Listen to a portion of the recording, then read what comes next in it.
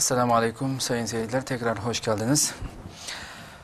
Ben programı sürdürmeden, devam ettirmeden önce kısa bir not aldığım, biraz önce not aldığım şeyden, yani bu Doğu Türkistanlara bu kadar, yani 24 saatlik hayatında bu kadar işkence yaptıktan sonra, yani gündüz 12 saat, tam 12 saat hareketsiz, konuşmasız, hiçbir yere bakmadan, hiçbir laf kelime söylemeden bu oturma, sadece bizim teşehhütte oturduğumuz gibi bu cezayı verdikten sonra akşam, bir de akşam bütün koğuşlara, her koğuşa giriyorlar.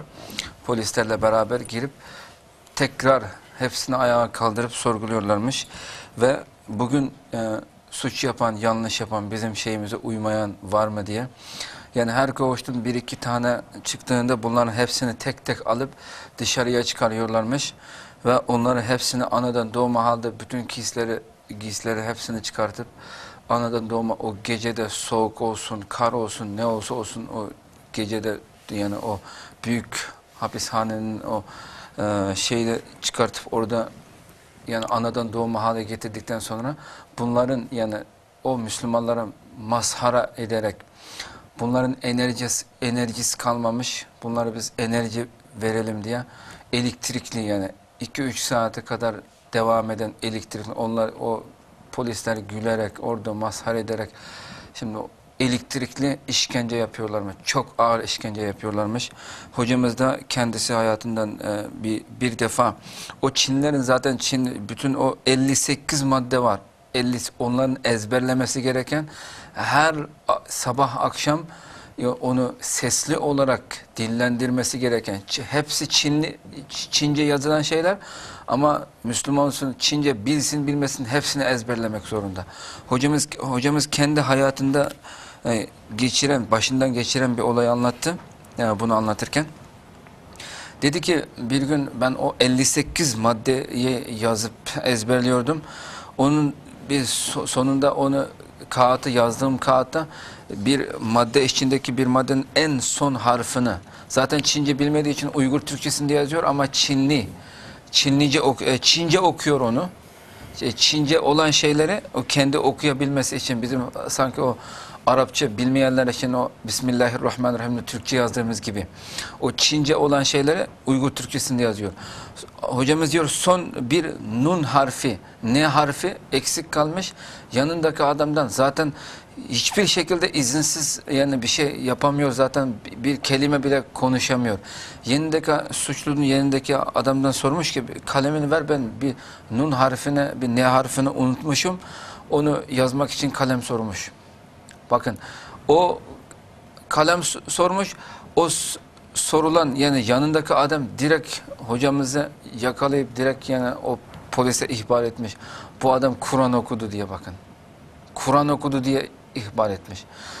Bu polisler hemen, yani hocamızı götürüp orada, yani çok işkencelerle götürüp polis amirinin yani hapishane cezaevi amirinin yanına götürmüş.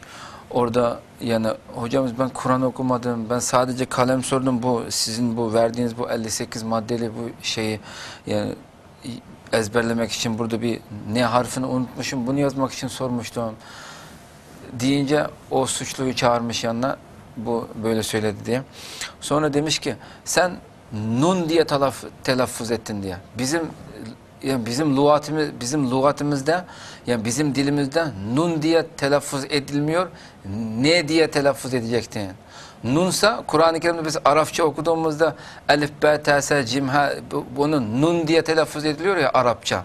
Sen onu Arapça telaffuz ettiğin için ve Kur'an-ı Kerim'in içinde nun diye bir sure var. Sen nun dediğin zaman sen Kur'an-ı Kerim okumuş olursun diye o suçla tam kaçtı? 25 gün müydü? 25 gün şimdi, ama tam 25 gün o ayağına, eline kelepçe, çok ağır kelepçeler, yani o kelepçeler bizim o bildiğimiz kelepçelerden değil. Yani çok demirden olan, yani o onlarca kilo, sadece boynuna takılan demir 25 kiloluk demir takılmış. 25 gün ayrı, o diğer suçlulardan ayrılarak çok ağır işkence altında kalmış, bakın. Yani bu kadar zulüm dünyanın neresinde var, bakın. Ya ayrıca burada bir şey yani deşifre etmek istiyorum daha doğrusu. Yani zaman zaman biliyorsunuz yani uluslararası af örgütü olsun, insan hakları örgütü olsun, her yeri raporunda Çinlilerin zaten hapishane cezaevlerinde yapılan işkencelerden çok bahsediyor. Yani bu son senelerde o yani uluslararası af örgütleri bu türdeki yani örgütler tarafından yani sık sık şimdi Çin'deki özellikle Doğu Türkistan'daki hapishaneleri, cezaevlerini ziyaret oradaki tutukluların durumunu bilmek için ziyarete geliyormuş. Buradan yani onların uluslararası af örgütleri bu örgütlerin bilmediği bir şeyi deşifre edeceğiz buradan. Hocamız kendisi yaşadığı için biliyor. Orada yaşayan insan biliyor bunu. Diyor ki şimdi o türdeki yani yurt dışından gelen uluslararası örgütlerden ziyarete geldiğinde o on binlerce o Doğu Türkistan'daki cezaevleri küçük cezaevleri değil bakın yani. Orada yani en azında 10.000 tutuklu varsa yani yükseklerinde 100 binlerce tutuklu olan cezaevleri var. Çok büyük yani demin dediğim o çok büyük fabrikalarda içinde olan o cezaevleri yani. Ama sizin gördüğünüz bu cezaevi geldiğinde dışarıdan bakılınca o büyük binalar dışarıdan o koğuşlar. Hocamız diyor ki yerin altında üstünde olan koğuşlardan onlarca kat yerin altında koğuşlar var diyor. Onu hiç kimse bilmiyor bakın. O on binlerce o siyasi suçlu dediği o ateş yürek Doğu Türkistanlı kardeşlerimiz ne yapıyorlar? O örgütlerden insanlar ziyarete geldiğinde hemen hepsini onlar gelmeden önce yerin altına sokuyorlar. Sadece eline bir tane su ve o dediğimiz o ekmek verip hemen yerin altını yani tabiri caizse gömüyorlar. Onun altında binlerce koğuş var. Hiç kimseye göstermiyorlar onları bakın. Ve onlara dışarıdaki yani o başka çeşitli suçlarla giren onları yani temsil olarak ziyaret ettirip yoluna yolluyorlar bakın. Bu kadar işkence bakın. Yani biz yine devam edeceğiz. Kalan yerimizde başlayıp devam kılaylı. Hem de şu iğir zulümla buluvatkan şu işkenceler kılıvatkan şu siyasi kıyırındaşlarımızga. Hem bunun için de anca gibi ötken milli sakçılar, Uygur sakçılar mesela dep ötlen azırak eğer de az urup kap kalsa ya ki Xitay urgandan belki azırak zulüm kıptasa sen milletçilik kılınıp. Şu sakçılar otursa Xitay sakçılar otursa milli sakçılar bilen. Muş millileme hemmesi aşı sildigende aktif hemmesi aşında tan aldı mağdı Allah'ım amde. Muşu özleri körüp kalan dikenim. Hem ben turmuğa kirmestem de sakçılarının hemiş adım tutkununu Hoş. onların ki şu sakçılık hükümetinin Xitay'dan formosunu kiyip kurallık yaki kuralsız halette şu kurallarga yaki şu mehbuslarga hayır kılıcıga aledini görüp olar şunday öştemem demek baxımda. Hem turmuğa bağlandı eken endi kandaqlı bolmasın endi onu yaki Müslüman emas küfür dep aytamayman men hazır. Çünkü bununga hamda biz o kişilerin zahiri ve batın Allah yüzü biladi. Ama turmudaki şu sakçıların enkemde bunun Xitay'dan öte hamda eski rezildirim baldı milli sakçıların ki. Hem de yani bulanınki şu beyagi mana isimde aldım.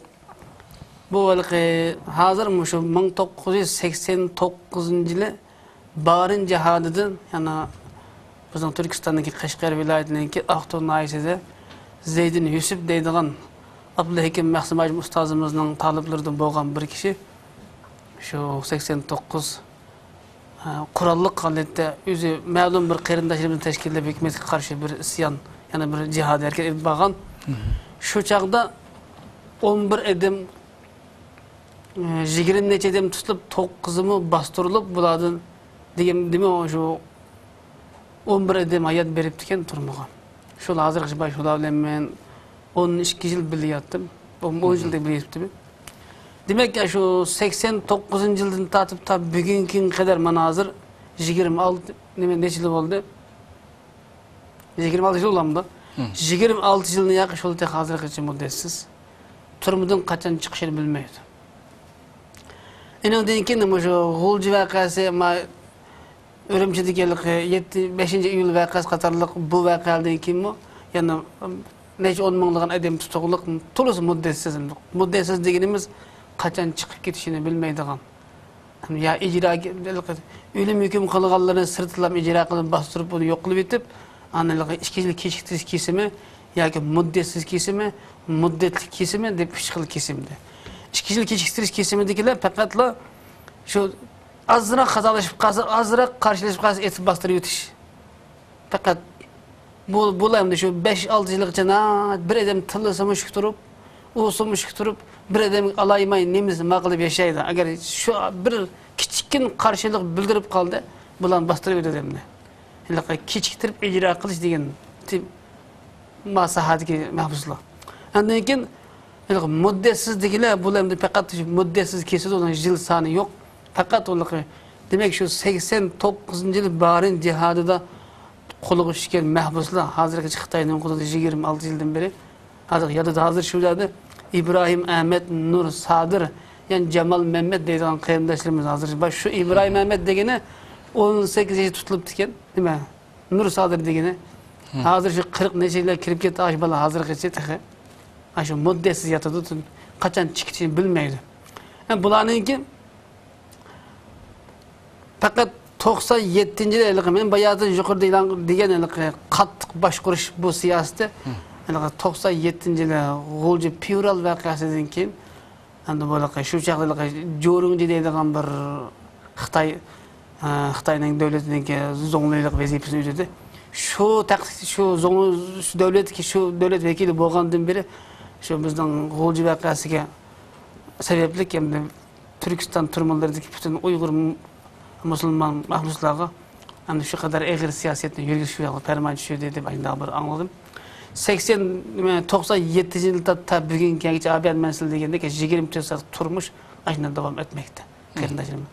Yani şu keyin hem de şu barince hadida tutulgan inandan keyinki işler tutulgan ilgili keyin bo'lgan. Ama men degim çoğun vakal dem ne paç birat uşak düşecek işlerle mesela tuğut punktlarınki partlatıp ya Tuğut çekleş eteretlerinin xadimlerini ya bir öldürüp öteş ya onun karşılık bildiriş degendek bir hükümetinin kanun tüzüm prensipine karşı çıkan edeminin asasen tolesa muşdak egir tümüne 15 yıl yukarısı 20 yıl ve muddessiz atrafı kesilip hem de aslında qamaklık bulam da 97 yıldan beri tabi bugünkü kadar muşkildi maya men degendek aynı egir zulümde yaşamakta hazır hem de. Bularınki hem de mesela şu meni yana bir köyge bir vakani dep bunda uşak işini dep gelsem bekcik hani bu tügemeydi bu mesele. En mühimlerini Ben mühim birincisini desem hem de tüm özel münasebetlikini hem de dep öttüm. Yani bir iş mesela biz juyunu kal vaxtida bir yatakta 20-30 edem bırakla evvel yatakta bütün yalangachlarımız bütün kiyim saldırıldı. Adette kolumuzda küçük mal hem de evletimizde yapılan küçük manda üç böcek kalıştamın bulmaydı hem de şunu aşın bir yasak kanunda bunun keymezlik. Şu adette aşında 20-30-40 3 yataklı edeminden bir dakika çıkıplam munç sırtta çıkıp jüynümüz. Şu adım yataklı dedi munçun ağırlığı bir ayız metre kilide şu ağırlık için yalan açamamız. Anladım tuğma. Ben hemen paka olgandı ki bunu tulalık ya qarab mağsam haqnan ki evretleri gözüm çıkıp kalış. Asman qarab mağamen aşındak munçuk kelimiz. Şu munçuk benim bir qetim boğan ayşe bunda aşınacak bulup ketdi. O ben fakat özümge münasebet işlandım. Ben belki bu turun bulaptan zulüm bu facianın ki mesela ben yüzden bir neç presenle bölüşüm mümkün. Yani o bana yuşurun işler bekcik yani o kuyaçıya fakat ağlayan avazla bu yuşun eli bir arkadaşlar bunu dep kessem bu işleyecek. Munçada aşındak çiğdik. 20-30 edem yalangach. Çirçer yandım da bu düngünü boynuma qatıp koyup sopunun koltuğumu kısıp durup hem yani su çuvadı qatar munçada ya ıssiq emas, ya soğuk emas birinci düşürdü bu saçındaq. Bizi soğuk suda juyunduruş. Zat iş qilib bizga yoqmaydigan ishning va bizni jismoniy jihatdan, ruhiy jihatdan qiynaydigan tamoq jihatdan zat bizga azaplan bo'ladigan ishni bizni o'ylab topadi bo'ladi. Kech kunduz zat mushuni qanday qilsak mushuni jenini qiynaymiz, qanday qilsak buni achchig'ini keltiramiz, qanday qilsak buni bizni bosh egdirish, pushmon qildirish, tovuq qildirish, mushuni yoqmaydigan butun ishni misol. Odatda bir odam ma tamoqni o'ng'ulangda ya deb salsa, bu din tarbiyasi, bu diniy dars verdi. Tamoqni o'ng qo'l deysizlar, tamoqni o'ng qo'l deyishni bilmaydigan odamlar bo'lib qoladi. Ezib bitezim boz tamoqni sol qo'l deb salsa, tamoqni o'ng qo'l deysiz, xafa bo'lmay qo'shni o'ng qo'l qal deb qolib qolsa, shuni o'qib qolib qolsa, shu tamoqni o'ng qo'l ya degichining ko'rdigan kunimi egir bu yerda. Bu dinning, ya'ni Muhammad alayhisolamning bir axloqining bir qismi bo'lgandan keyin tamoqni o'ng qo'l deyish, bismillah deb yeyish degandek dostqon yemek qoid axloqi bor. Shu qadar dinga o'sh demak. Munchida chirib men endi avval ağzımı su yaptım ben. Su elip, andan yüzümünü jüp. Biz bana munç yüzak evvel bir küçük tarihte elip, andan jüyümüz mü? Hoş. Jüyünüptüm, jüyünsem. Yani bizim yatakla başladı Xitay. Ben to'ladi. Deb yalang'ochli chiqishim kerak. Chiqsam shu bir tepla jiqtibetdi, qayig'ib ketib o birinchi, ikkinchi oyda birinchida yig'ib, irimay yilqi to'nglab, mana shig'ildi ko'p ketdi o bir tiplam jiqtibla içiribla, yüzümüzdeki yerde söyleyip ekiribla, işkanı geçiydi. Yalnız men. Bedellerimi sopuğun şıkkı. Bu dümbemni, mesela 10 sant diyenle mesela aşığı şehirde ketken muzdan parçalık içi yutup yerini. Peşimişim, gezip eşimden astını. İçirip, çizem töt Xitay kaltek tutup durdu. İçirip bu Ağacı bir uygun birlik kirdi, bu tərit aldı, münçidi deyip dökülat qıldı. Xitaycı deyişi vardı da. Şunun odan bunu meni şu yataqda töyt Xitay uyan pullap urp ketdi de men. Endi onu bu iş qilib men bir vayjan deyishimni arzu qildim Xitayla. Endi vayjan deysem men chiqirib vayjan deb bersam sirtkilar vay bu adilni qattiq o'g'in turibdi bizni qattiq qilsak bo'ldi degan deb mening ovozim orqali meni chaqirib ibrat qilmoqchi. Ammo men har qanday kaltak azoblik chidab, livimni ishlab jim yetib olib boraman. Bu shu o'yanga top men qilib yalang'ach. O'yanga tepudi, bu yanga tepudi, shu kaltak yoqdi, endi buni qildi. Shu orqali 5 minutlik o'yan bilan pul yutib, yiqirib yutib, o'rningdan turib to'g'izib sen mo'jin nima ish qildi? Bir milliy kadr. Xitoy bir milliy kadr. Men jo'yindim, bizam tartapmadim men. Desem to'li debdi, aj munchida bir siyosiy bola shu Adil Abdug'ofur ta'rit oldi deb doklad qilibdi. Shuning bilan Xitoy meni chiqib ashunda echirdi yoki. Astag'firullah. Endi shundan keyin bu yerda gap bor, hali siyosiy keyin ishim og'ridi degan bola shu endi. U tayoq chirib, uni echidi yoki. Ya boshqasini chiribdi. Shu ish qilib, u men u necha odam o'lqi yataq boshlangan gap hisob. Bu ta'rit aldı deyilse o bizning 10 edem, 10 siyasi mahbus birleşip bu ta'rit almadı. Ya onda qilib aqlasak hech qanday foydasi yo'q. U Xitoy deylik bu yerda. Biz bu yerda kishilik huquq, insoniy izzat, hurmat talab qilsak, insoniy kishilik huquq talab qilsak, o kishilik huquq degan Yevropada bor narsa. Junguda qonun degan narsa yo'q. Buni talay qadim dedi Xitoyning saqchilari. Junguda qonun degan narsa yo'q. Junguda qonun, pul. Dünyada bu devleti deydi. Bizden devleti en kudretlik neyse, yani devletin gücü pul ve ne mi deydi? Pul ve hukuk deydi. Pul, hukuk, bu devlet kanun yok. Kanun degenine devlet tüzep çıkardı, onu tıkırak işletilgan neyse. Senle boyunsa onu biz emel kılmayız. Bilip koy, kanun yok bu devlette. Kanun bilen başka bir kez senin başka olunmaydı. Sen tayak bilen, zulüm bilen, mesela kallık, basın başka olmasak sen o kanunga, o halkaraların, o dünyanın gel insanın kişilik hukuk kanunları seliştirip manda başka olsak sen de başkuramayız. Uçuk değilik. Kanun bu devlet kanun diye neyse yok değilik. Demek zaten şu arlıkta aşında güvalık bade o bu ta'rit aldı deb. Şunun yani bizden Oğan boldu. Qarasam şu bedelleri melek munciden çıkan çıkır patkak, muz, lay. şu bedenge kiyimle çıkıp kiydi, şu bedenge kiyimle kiydim. Yani elqidek, ben degendek elqi 25 kiloluk simli bütünde yasagan elqi inçik simlik taktayını boynuma kesip yana bir ayağını toğuzup koydu. Keyin bu kunlar ötüp ketdi. 3 ay bo'lgan vaqtida elqi meni ta'rit aldı degan birodar asta qishini bir pozitiv qishim keldi. Men razı oldu. Dedi o men kelgini bu turmoq kelgini 8 ay oldu. 8 ayın yaqin her gün 2 saat ayak yeyim dedi o. 2 saat ayak yeyim, eğer men bir ayga ayak chidab bulanmay, ajil qilin elqi jo'ng ishtanı ishkini kiyib, önümüzdeki paxtliq kiyimni kiyib, içim popaygadan birinci kaplap gidip enimizdeki paxtliq kiyim kiyib, oyunda topdek qilin kiyinib alıp. Ay her gün 4 saqçı uyanmasa ol Afganistanga kelip ayni vaqtda 4 ay, nima 4 yıl tuğan bal ekan. Sen Afganistan'a verip Taliban'a katlaşıp sen Osam Bin Laden şeyh asker olapsın sen. Deplom aşbalına şunda uruptu bir yılga için. Babal dedi ki men muşunda günü köydüm. Fakat 8 ay tayak yedim. Eçirip 4-5 ay urup olgan yakı. Senin biz neymiş için urumuz bilemse dedi deydi sakçılar. Sen fakat ketindin bir edem bizge tutpasan o namaz okudu, bu secde kıldı, o onda kıldı. Bu turmuda hükümetine karşı, bu hükümetin tertip intizamlarına, siyasete karşı bir siyasi mahbusun hareketlerini körüp kap kalsan, şu bizge taş bizge tutpasan, ana senin yediğin tayakın toktaydı degende, men 8 aylık tayak yepla, yegen tamağım çırayağım çıkmay, qelin kiyinip alıma, anda şu köymegen gününü köydüm. Fakat Muşu sen bilen bile kelgen balının aldıda da qarasam sen xil bir hamda bir keyin muşunda bir sen arqalıq tayaqdan qutlay dedim. Hamda sen taret almadın men bildim. Muşunda desem men bir şu tayaq chidab bulamam muşunda men seni muşunda qarch yaplaganda.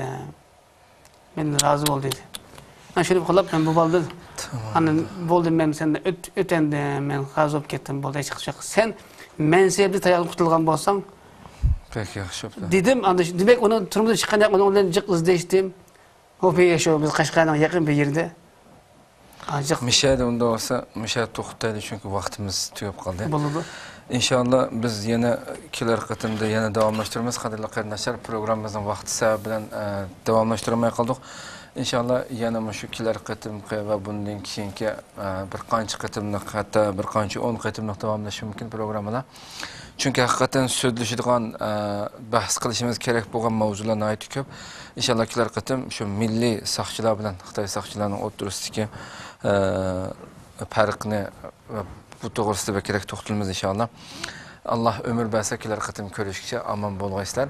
Sayın seyirciler, inşallah programımız birkaç hafta devam edecek inşallah. Biz yine konuşmaya devam edeceğiz. Bugün de Çin hapishanelerindeki, cezaevlerindeki Doğu Türkistan'da kardeşlerimizin nasıl bir zulüm, işkence yapılmakta olduğunu konuştuk. Ve bitiremedik.